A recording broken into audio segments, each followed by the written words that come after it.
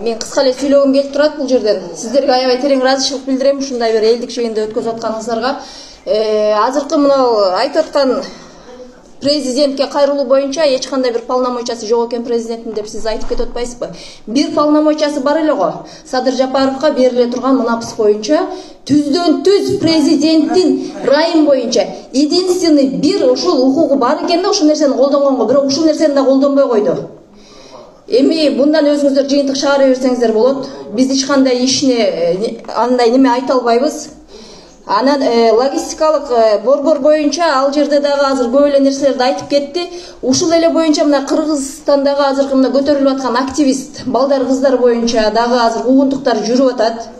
Активист адамдарды Садыр Жапаровдуку кылып байлабаңыздар.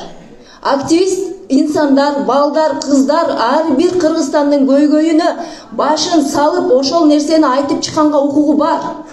Бизди азыркы учурда көрүп атасыздар, мына Садыр Жапаровдор тигини уюштуруп атышат, логистика боюнча да уюштуруп кетип атышат, ар бир жерде башын салып, эртеңки күндө бир бийликке карама каршылык келтирип атат деген нерсеге да барып атасыздар да. Мен ушул жерден айтып кетер элем, эч кандай активисттерди Жапаровдуку кылбаңыздар. Биз активисттер ар дайым Кыргызстандын кайсыл жери болбосун ошол жерге барып айтканга укугубуз бар. Мен балдарымдын энеси катары ар дайым ушул нерсеге башымды сайып айтып келе жатам. Мен дагычы жер сатылбасын, кен сатылбасын, бар жок нерсе акыйкатчылык болсун. Эртеңки күнү менин балдарыма да где гарантия, что менин балдарым да чоңойтуп акыйкатчылыкты айтып чыкканда Садыр Жапаровго окшотуп, же бир мына Сапарали Бөрүбаев чек араны кармап чыкты, азыр камалып отурат, эч кимибиз эч нерсе кылбай отурабыз. Мен ичим күйүп отурат ушул балагачы. Эмне себептен аксакалдар, көксакалдар баарыбыз ушул нерсени көтөрүлүп чыгып, сиз айтып атпайсызбы, тиги жакта аксакал айтып атат, баралы дагы жөө жүрүш кылабызбы, бир мындай бири-бирибизди коргойлу эртеңки күнү. Анан үчүнчү күч деп айтып коюп атабыз, бирок үчүнчү күч кайра эле ушул 120 депутат эле болуп атпайбы бизгечи? Бири-бирибизди тукурганда ушулар болуп атпайбы? Баарыбызды бири-бирибизге үчүнчү күчтүн аркасынан туруп алып эле элди касташтырган ушул болуп атпайбы? 10 жыл мурун СНБ, ГКНБнын балдары ушул жерде отурасыңар, биз деле мындай уже бир туугандай эле болуп калдык. Кайсы жерге барбайлы, бири-бирибиз менен уже мындай достошуп, бир немеде СМС алышып отурабыз, бири-бирибизди пайлап элечи. Баарыбызга Кыргызстандын келечеги керек.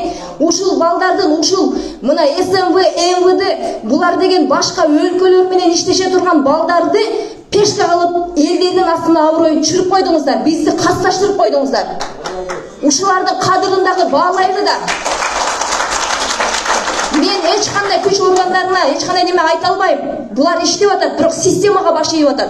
Болбогон чириген системага баш ийип, элдин арасында СМБ деген ким эле? Менин да бир туугандарым иштеген СМБда. Мен дагы билем. 10 жыл мурун булардын кадыры бар болчу. Билбейт эле. Эч ким билген эмес, СМБда иштеген, ошол боюнча пенсияга чыгып алып кеткен. Азыркы учурда аркаган элешип куйдуктай болуп жүрүшөт. Булар дагы эми системага баш ийип атпайбы байкуштарчы? Биз силер биз менен болгон мына күч органдары. Эртеңки күнү мына 2 мартта дагы бири-бирибизди касташтырып койбосун.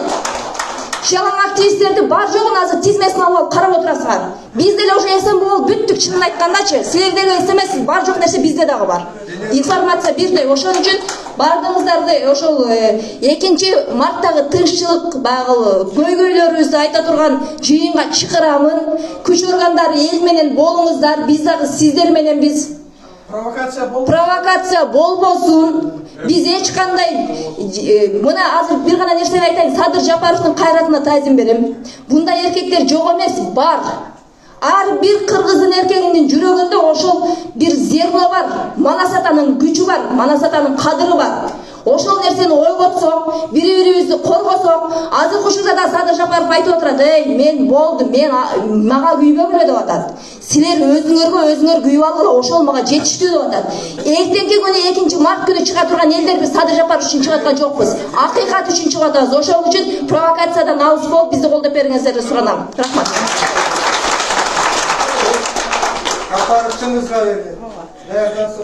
Кечирип